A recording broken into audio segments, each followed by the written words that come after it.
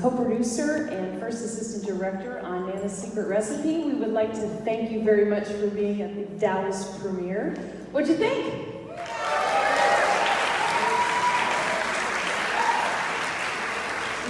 We are very, very proud of our little movie. Before we begin the Q&A, we're going to have an opportunity for the audience. We're going to ask some questions of the folks who were in the movie, and we're going to give you an opportunity to ask some questions. But I wanted to carry on a little tradition that we did every day on set. And every day I told a little story to cast and crew. May or may not have been a joke. And so I'm going to try that again today. I am not a stand-up comedian. So there were a couple of surgeons at a hospital. And they were in the operating room. They were working on a patient. And things started to get really, really tense when one of the surgeons dropped a scalpel. And one doctor looks at the other and says, "Hey, calm down. It's not like we're making a movie here." And that was about the reaction we got every day on set. So I'd like to invite a bunch of our cast and crew up onto this stage. First and foremost, we'd like to bring up our director, Mehul Shah. Next,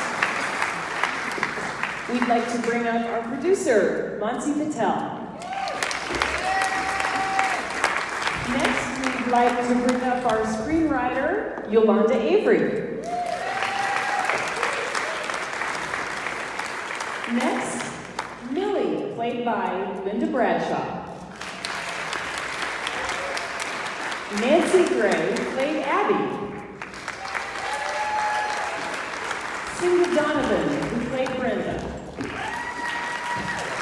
Charlotte White, who played Sweet Suzanne. Michelle Sherrill, who played Betty. Erin Carolina, who played Jamal. And Mark Roach, who played Pastor McCoy.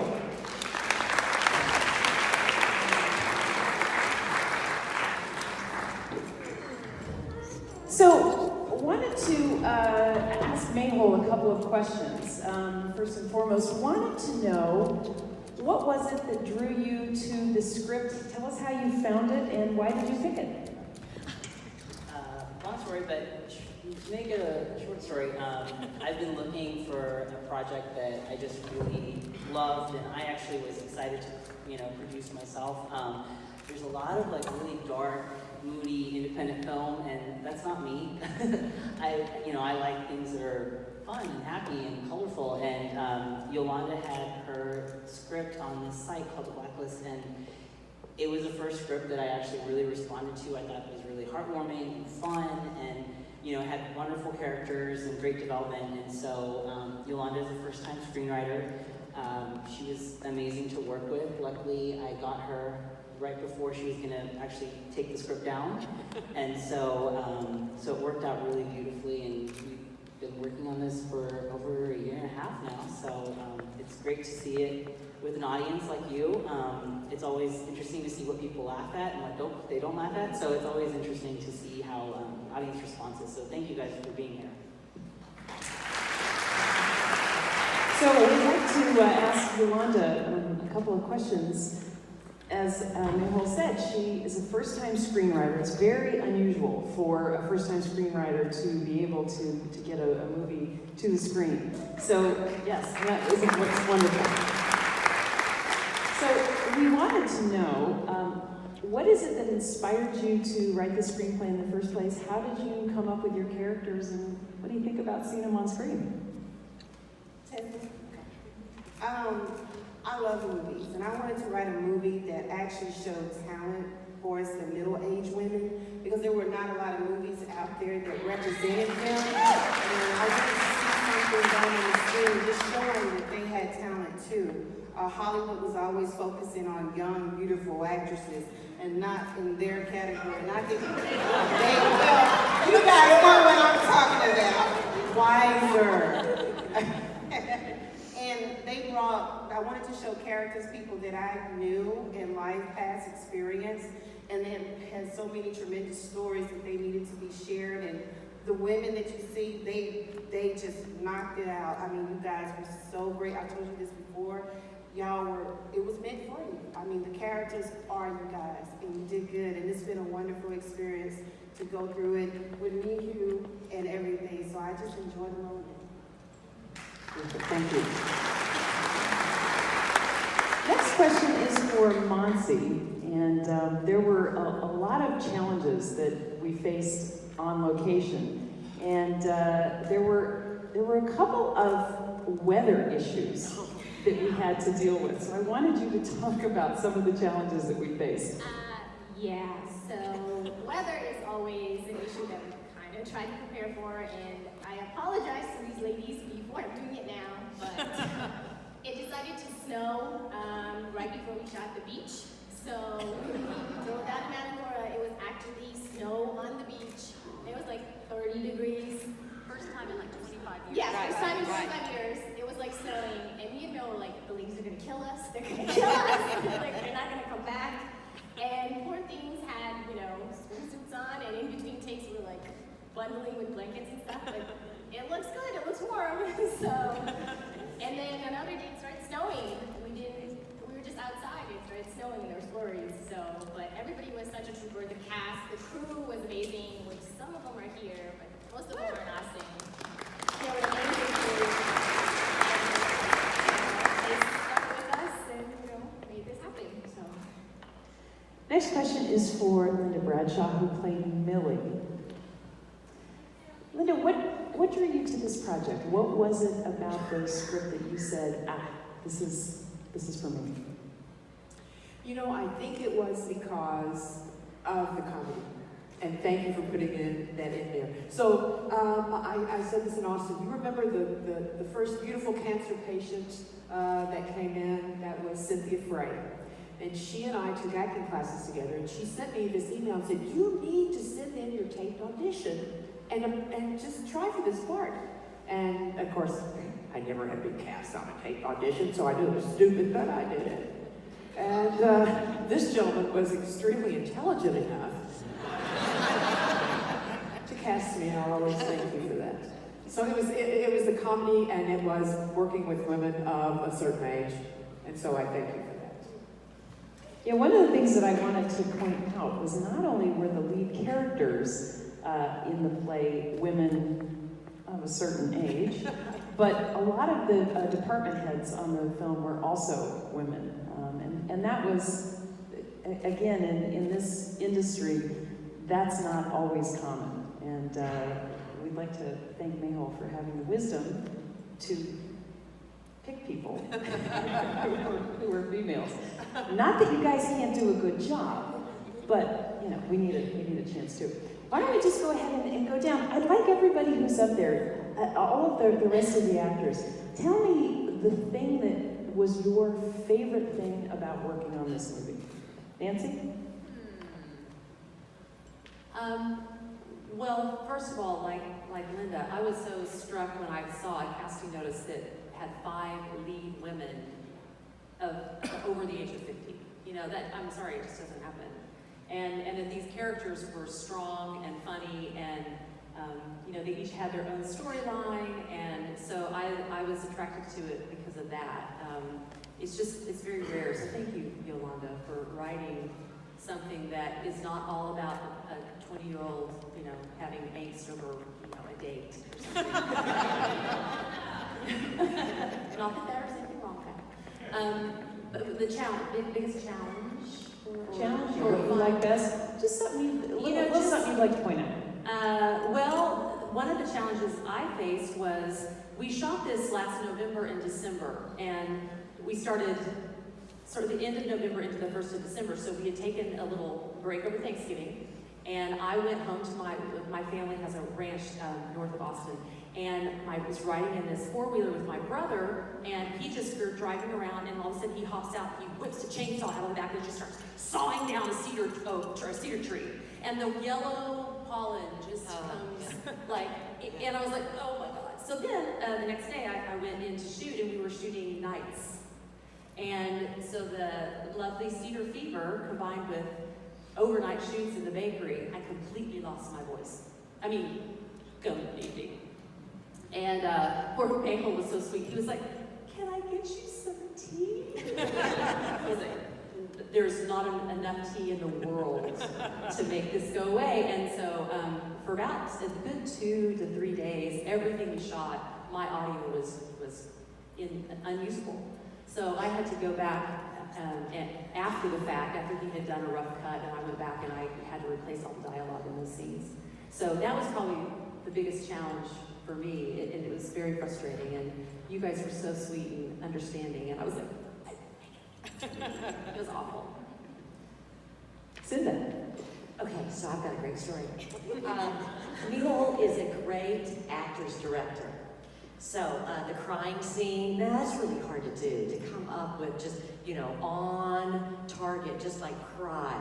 So all day long, I was dreaming of dead puppies and, my kids getting killed or something. And so I'm sitting in that truck, which is an awesome truck. And so I'm going, okay, and it's right there, it's just right there, but I just couldn't do it. So Mehul comes around on the passenger side, he's open up the door and he's going, "You know what, Brenda? You have nothing. You are nothing. He is in there right now with her. And where are you? You were out in this truck. And now you have to get a job to get money. You are nothing." And so all of a sudden, well, it just built right up. And do this, he slams the passenger door, he's going, "Roll tape! Roll tape!" And then it just all comes out. But that's what it is. I'm going, okay, so thank you for making me cry. Yeah, but that's what it is. That, again, reiterating the middle-aged women part, but we just all gelled. We were our own character. We just got into that, and it came out beautiful. Just came out beautiful, even though you were mean to me. Charlotte. Thank you. Oh, Cinda, you always want to show off those ones. I know. So, is it still the biggest challenge? Biggest challenge or your favorite story from the movie?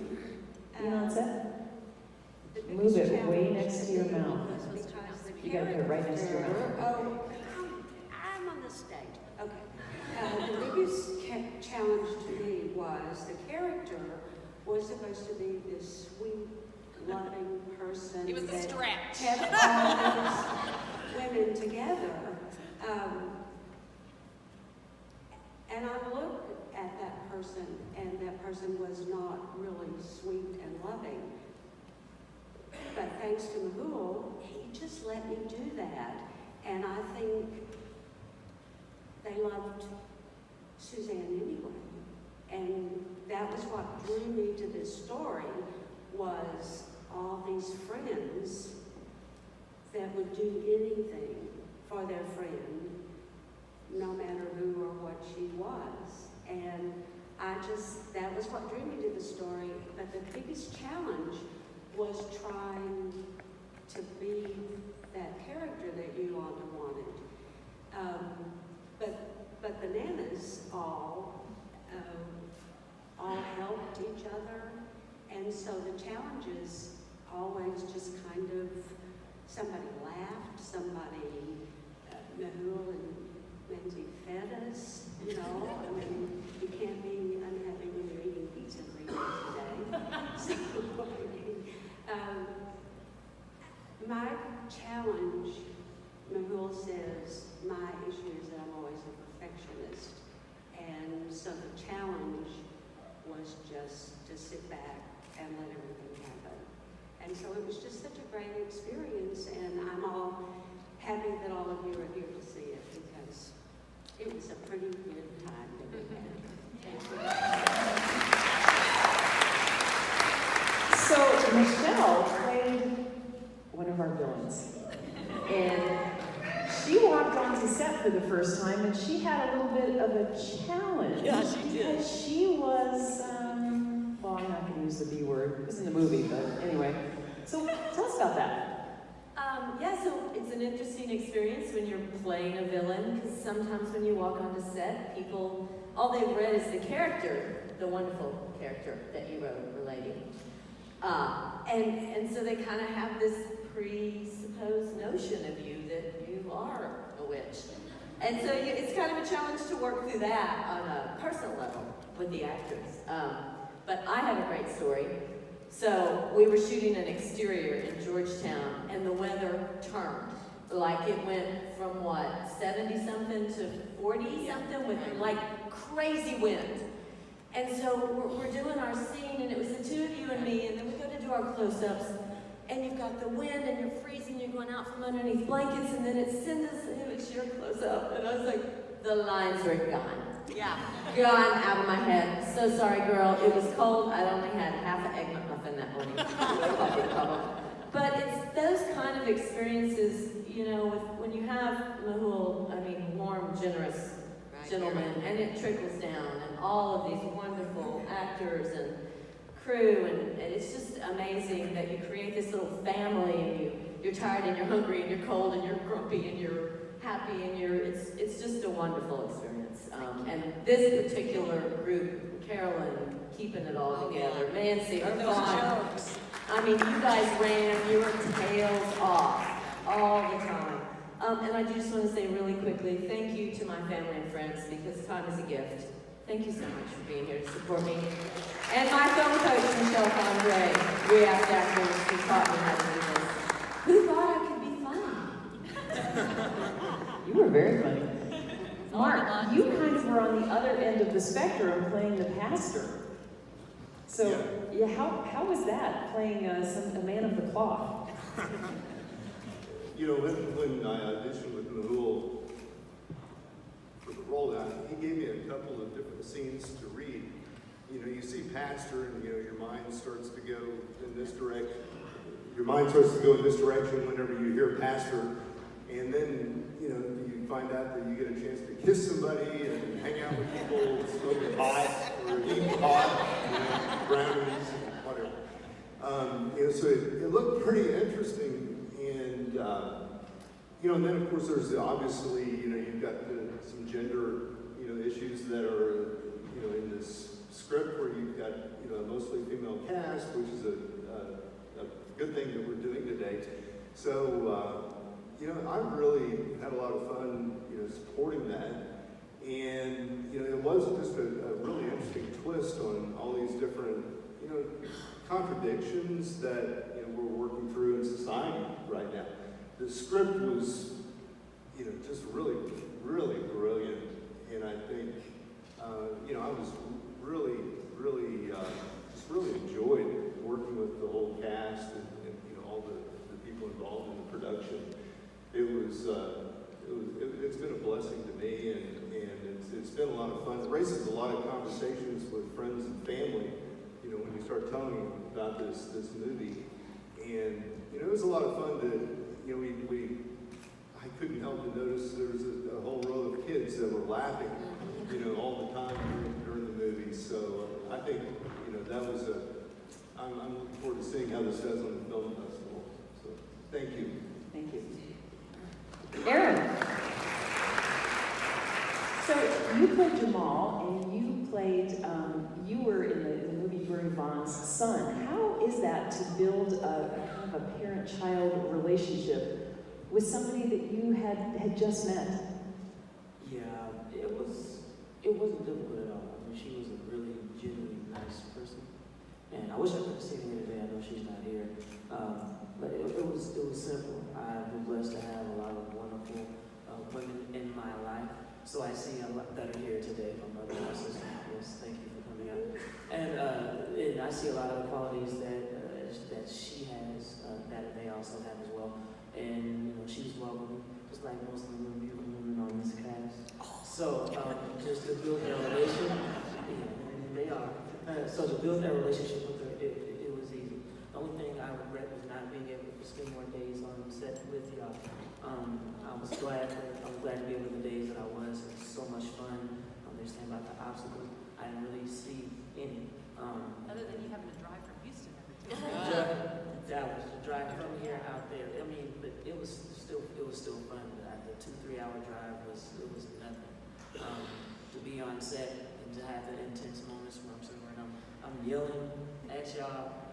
It felt bad, but it felt bad for a minute, but it was fun. I mean, afterwards, I wish we could see the takes after. Everybody was like kind of intense, and I was like, hey, you're coming down. At first, I didn't know how much. How intense do I need to be in this situation? But it was just so much fun. It was so good. Everybody was such a joy on set. We had so much fun. Craig and Joseph, I just now getting to meet you too.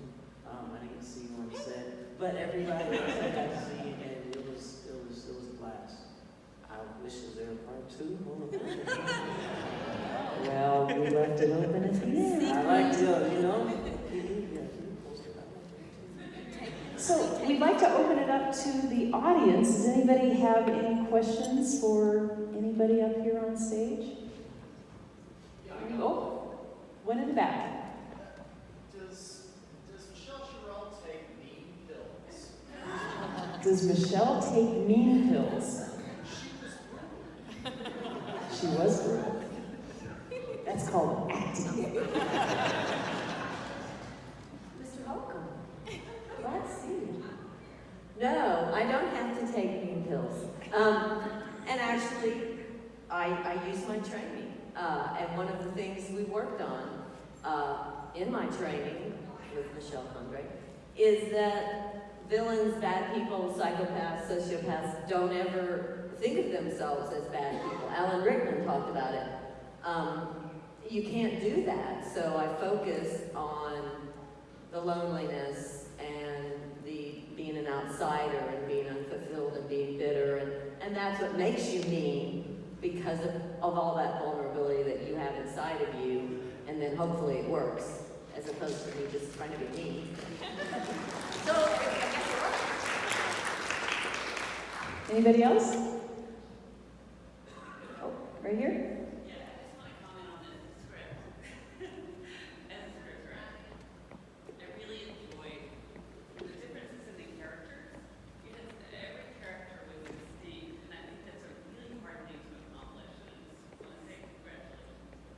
Thank you. With the script, I really wanted to touch on social issues that were, at that time when I wrote it 4 years ago, the movement of women was not going on. So it was like perfect timing when it all came out together. But I really wanted to address a lot of social issues with a good positive feel, because there was a gay character in there and I wanted to address that. There was the marijuana issue, the cancer, so it doesn't matter if you're a woman or a man. If you can pick out one item in that movie, you can identify it, whether it's personal or someone you know, and that's what I was going for. Anybody else? Right back here? No.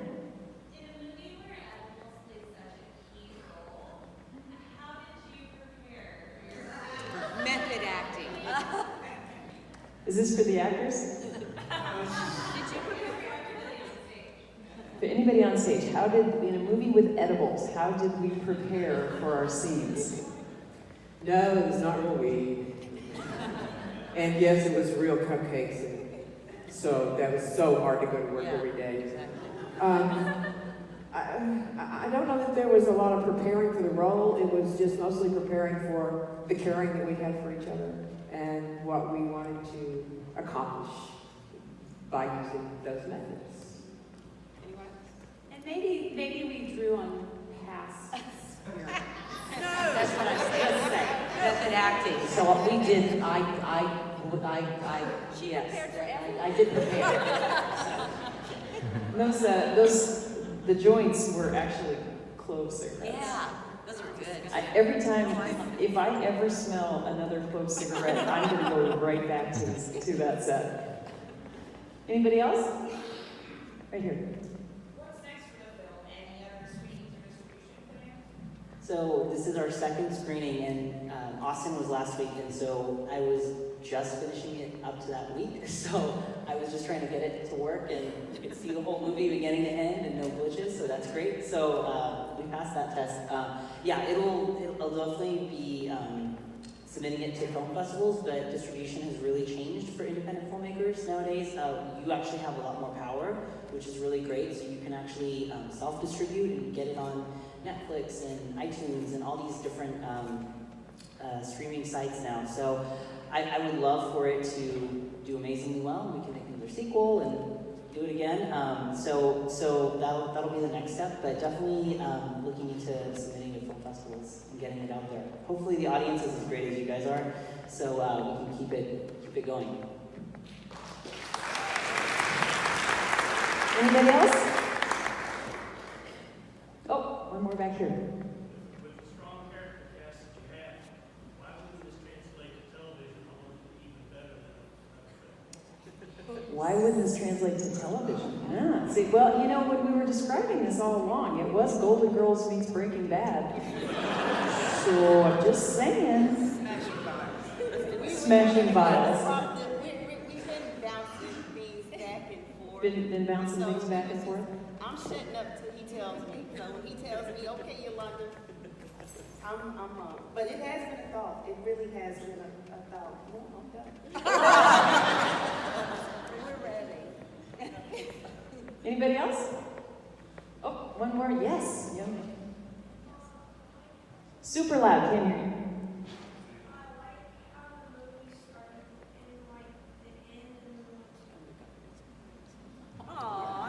Thank you.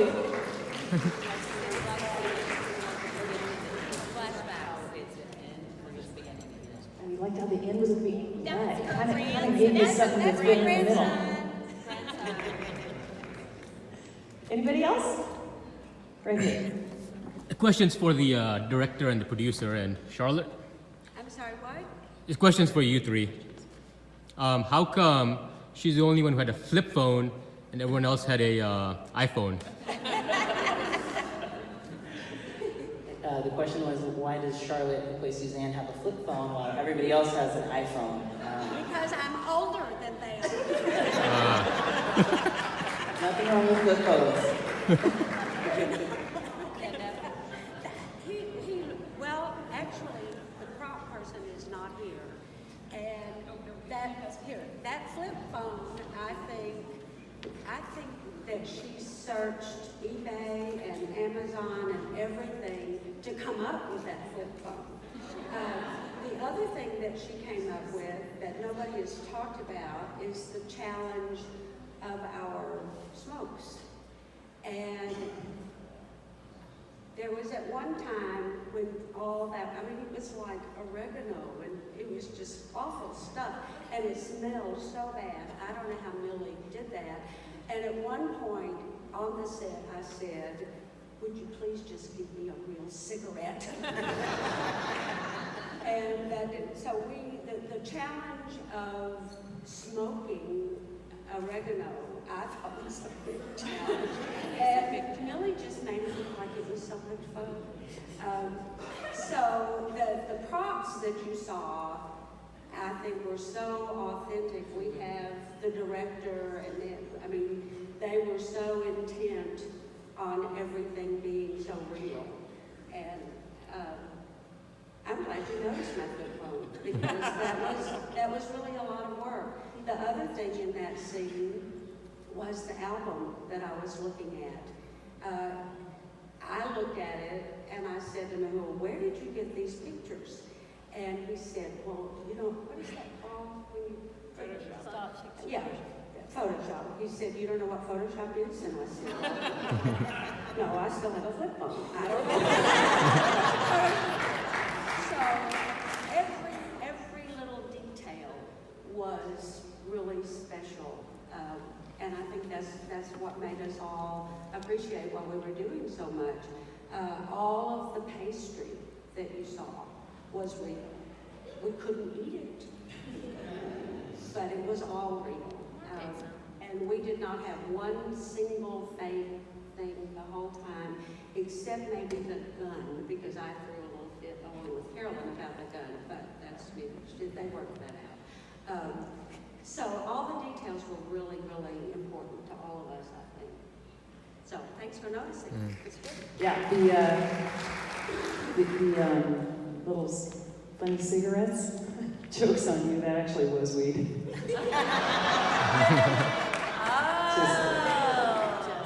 Well, It was really bad. yeah, it was, the clove was kind of smelly. Well, we actually are out of time. We're going to have to wrap up. Oh, what's that? Yes, Jocelyn Ponder, who is not here, she was our director. She did a terrific job decorating the set.